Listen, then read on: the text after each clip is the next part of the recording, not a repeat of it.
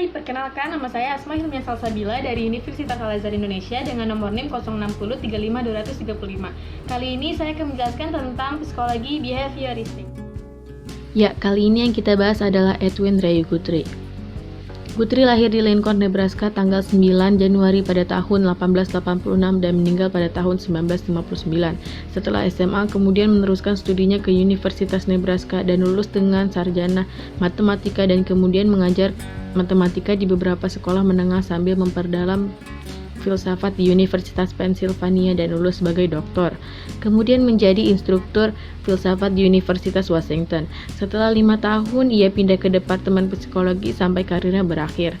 Guthrie adalah profesor psikologi di University of Washington dari tahun 1914 sampai pensiun pada tahun 1952. Pada usia 33 tahun, Guthrie pemenang Nobel yang diberikan Asosiasi Psikologi Amerika dalam kontribusi terakhir.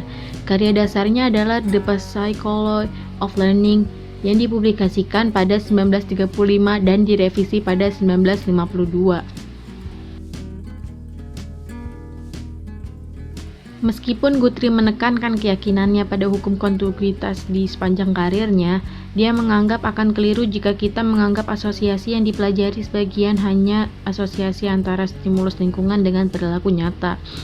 Guthrie selanjutnya mengatasi problem tersebut dengan mengemukakan adanya movement product stimulus atau stimulus yang dihasilkan oleh gerakan, yakni disebabkan oleh gerakan tubuh. Konsep teoritis utama. Pandangan Guthrie tentang hukum belajar. Sebagian besar teori belajar dapat dianggap sebagai usaha untuk menentukan kaidah yang mengatur terjadinya asosiasi antara stimulus dan respon. Guthrie berpendapat bahwa kaidah yang dikemukakan oleh para teoritis seperti Tom Dicke dan Pavlov adalah terlalu ruwet dan tak perlu, dan sebagai penggantinya dia mengusulkan satu hukum belajar. Cara lain menyatakan hukum kontiguitas adalah jika Anda cenderung akan melakukan hal yang sama. Kunci teori Guthrie terletak pada prinsip tunggal bahwa kontiguitas merupakan fondasi pembelajaran.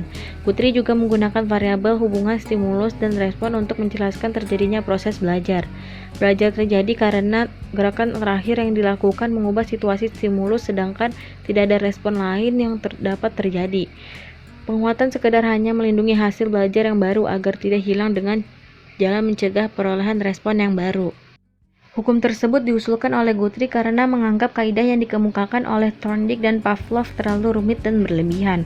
Thorndike mengemukakan bahwa jika respon menemukan kondisi yang memuaskan, maka koneksi SR akan menguat. Di sisi lain, Pavlov mengemukakan dengan hukum belajarnya dengan model kondisional berupa CR, CF, US, UR, unsur-unsur itulah yang dianggap oleh Guthrie berlebihan.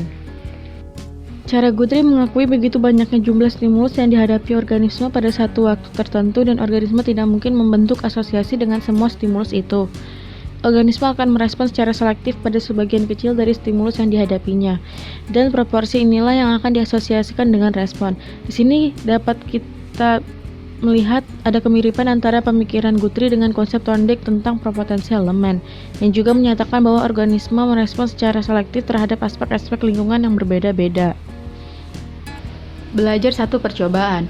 Unsur lain dari asosiasi Aristoteles adalah hukum frekuensi, yang menyatakan bahwa kekuatan asosiasi akan tergantung pada frekuensi kejadiannya.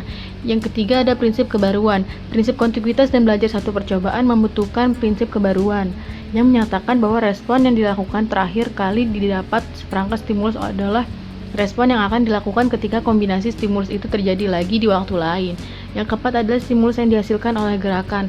Meskipun Guthrie menekankan keyakinan pada hukum kontiguitas di sepanjang karirnya, dia menganggap akan keliru jika kita menganggap asosiasi yang dipelajari sebagian hanya asosiasi antara stimulus lingkungan dengan perilaku nyata. Misalnya, kejadian di lingkungan dan responnya terkadang dipisahkan oleh satu interval waktu, dan karenanya sulit untuk menganggap keduanya sebagai kejadian yang bersamaan. Selanjutnya adalah mengapa praktik latihan meningkatkan performa. Guthrie membedakan antara tindakan dengan gerakan. Gerakan adalah kontraksi otot, tindakan terdiri dari berbagai macam gerakan.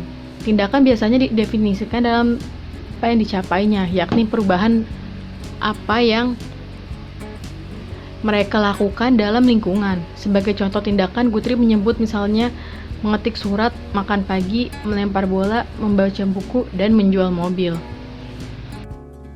Yang keenam ada sifat penguatan menurut Edwin Ray Guthrie. Guthrie menggunakan isu yang dibahas Thorndike ketika satu respon menimbulkan keadaan yang memuaskan, maka selanjutnya terulangnya respon akan meningkat. Yang ketujuh ada eksperimen Guthrie-Horton. Guthrie dan Horton secara cermat mengamati sekitar 800 kali tindak melepaskan diri dari kontak teka-teki yang dilakukan oleh kucing. Selanjutnya ada lupa menurut Guthrie. Menurut Guthrie, lupa disebabkan oleh munculnya respon alternatif dalam satu pola stimulus. Setelah pola stimulus menghasilkan respon alternatif, pola stimulus itu kemudian akan cenderung menghasilkan respon baru.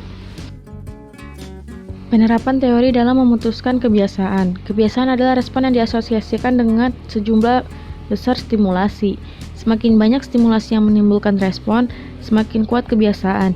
Untuk memutuskan suatu kebiasaan, aturannya selalu sama, yaitu cari petunjuk yang memicu kebiasaan buruk dan lakukan respon lain saat petunjuk itu muncul. Yang pertama adalah membelokkan kebiasaan. Guthrie menyarankan agar Anda pergi ke suatu lingkungan baru yang memberi Anda kesegaran baru karena Anda tidak punya banyak asosiasi dengan lingkungan baru itu.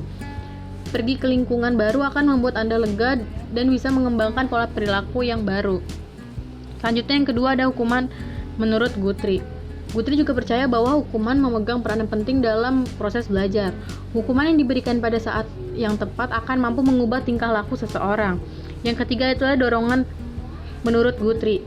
Dorongan fisiologis merupakan apa yang oleh Guthrie dikatakan maintaining stimulus, atau stimulus yang mempertahankan, yang menjaga organisme tetap aktif sampai tujuan tercapai. Misalnya rasa lapar menghasilkan stimulus internal yang terus ada sampai makanan dikonsumsi. Ketika makan diperoleh, maintaining stimulus akan hilang, dan karenanya kondisi yang menstimulasi telah berubah. Selanjutnya ada niat menurut Guthrie.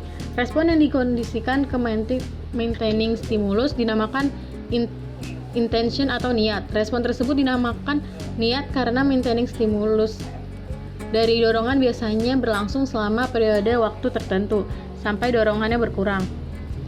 Lalu ada transfer training menurut Guthrie. Guthrie dalam hal ini kurang terlalu berharap karena pada dasarnya seseorang akan menunjukkan respon yang sesuai dengan stimulus jika pada kondisi yang sama. Selanjutnya ada teori conditioning dari Guthrie. Guthrie mengemukakan bahwa tingkah laku manusia itu secara keseluruhan dapat dipandang sebagai deretan-deretan tingkah laku yang terdiri dari unit-unit. Unit-unit tingkah laku ini merupakan reaksi atau respon dari perangsang atau stimulus sebelumnya, dan kemudian unit tersebut menjadi pula stimulus yang kemudian menimbulkan respon bagi unit tingkah laku yang berikutnya.